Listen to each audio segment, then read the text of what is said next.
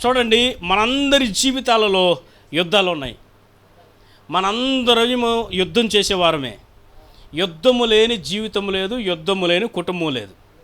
మనందరము ఒకే యుద్ధం చేయకపోయినా వేరు యుద్ధాలు మనం చేస్తున్నాం. యుద్ధం అంటే ఏం లేదు, పోరాటము. ఏం పోరాటము? కొంతమందికి ఆర్థిక పోరాటం ఉంది, కొంతమందికి మానసిక పోరాటం ఉంది, కొంతమందికి అనారోగ్య పోరాటం ఉంది, కొంతమందికి సామాజిక పోరాటం ఉంది. ఇలా రకరకాలుగా మనలో ఉన్న ప్రతి ఒక్క వ్యక్తి మనం దేనిలో ఉన్నామంటే పోరాటంలో ఉన్నాం. జ్ఞాని అయిన సొలొమోను ఆయన వృద్ధాప్య దశలో ఒక మాట రాశాడు. ప్రసంగి గ్రంథం 8వ అధ్యాయం 8వ వచనంలో ఆయన జ్ఞానాన్నంతా క్రోడీకరించి ఒక పుస్తకాన్ని రాశాడు. చాలా విలువైన మాటలు, ఆయన జ్ఞానయుక్తమైన మాటలు రాస్తూ ఈ విధంగా అన్నాడు: మరణదినము ఎవరికి వశము కాదు, యుద్ధమందు నీకు విడుదల దొరకదు. ఈ మాట చాలా జాగ్రత్తగా గుర్తుపెట్టుకోండి. మరణదినము ఎవరికి వశము కాదు, ఈ యుద్ధమందు నీకు విడుదల దొరకదు. నీకు నచ్చినా నచ్చకపోయినా, నీకు ఇష్టమన్నా లేకపోయినా, ఊపిరి తీసుకునే ప్రతి ఒక్కరూ ఏదో ఒక యుద్ధంలో పాల్గొంటున్నారు, ఏదో ఒక పోరాటం చేస్తూనే ఉన్నారు. నాకు పోరాటాలు ఏం లేవు, నెమ్మదిగా ప్రశాంతంగా ఉన్నాను, అసలు ఏ ప్రాబ్లమ్స్ లేవు అన్నవాళ్ళు చేతులు ఎత్తండి ఒకసారి.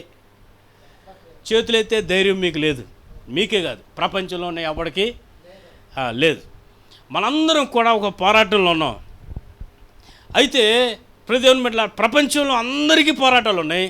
అయితే ఎవరైతే దేవుణ్ణి నమ్మారో, ఎవరైతే దేవుని యందు విశ్వసించారో వారికి ఒక ఎక్స్ట్రా పోరాటం అనేది ఉంది.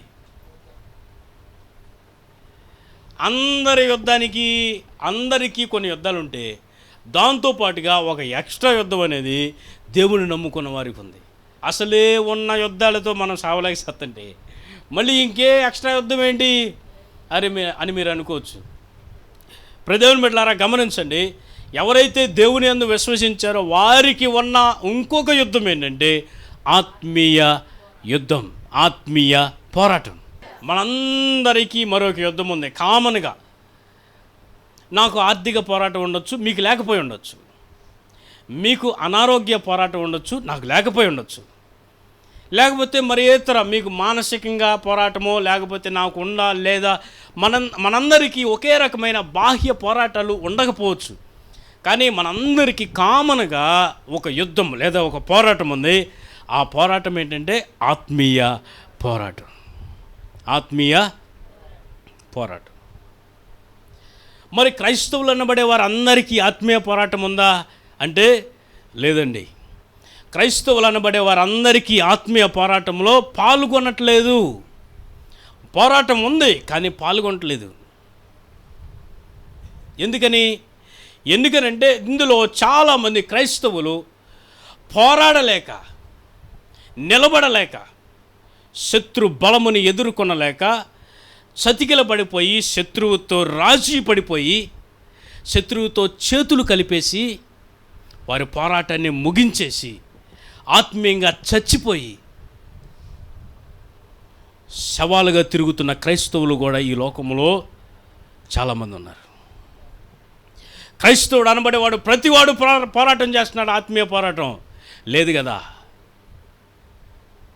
చాలామంది ఎప్పుడో వారి ఆత్మీయ జీవితంలో శత్రు బలముతో పోరాడలేక కృంగిపోయి, లేకపోతే చేతులు ఎత్తేసి, కొంతమంది శత్రువుతో రాజీ పడిపోయి కలిసిపోయి వారి పోరాటంలో ఎప్పుడో చచ్చిపోయారు. వారిని ఏమంటారంటే ఆత్మీయంగా మరణించిన వారు అంటారు. ఆత్మీయంగా మరణించిన వారు అంటారు. ఈరోజు ఒక ప్రశ్న మన హృదయంలో ఏం మెలగాలంటే, మనము ఆత్మీయంగా బ్రతికి పోరాడుతున్నామా, లేకపోతే చతికిల పడిపోయి చచ్చిపోయామా?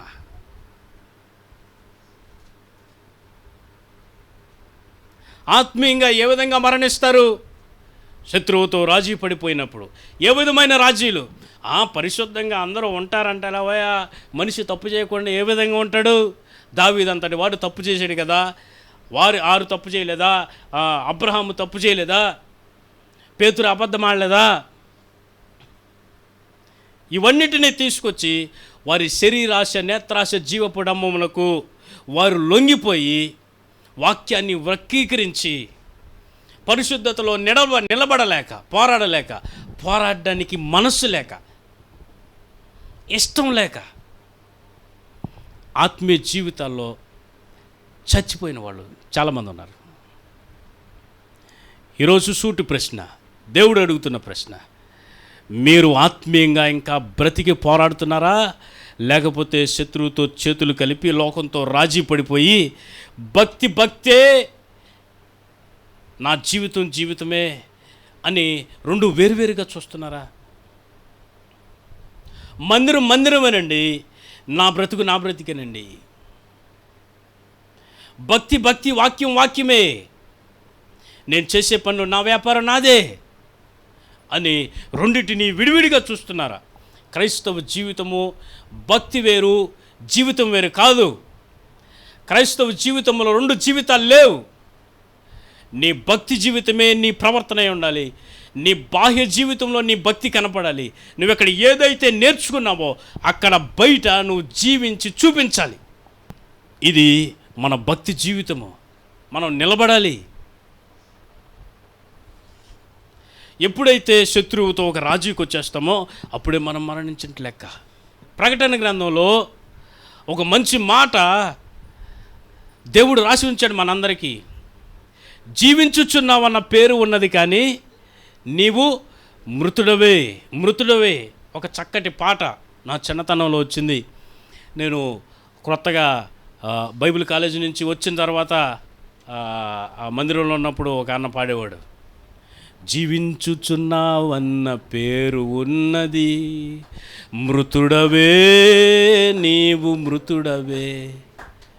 జీవించుచున్నావన్న పేరు ఉన్నది. ఆత్మీయంగా మందిరానికి వస్తున్నాం, ఆత్మీయంగా బ్రతుకున్నామని అనుకుంటున్నాం. నువ్వు అనుకుంటున్నావు, అందరూ అనుకుంటున్నారు, కానీ నీవు మృతుడవే.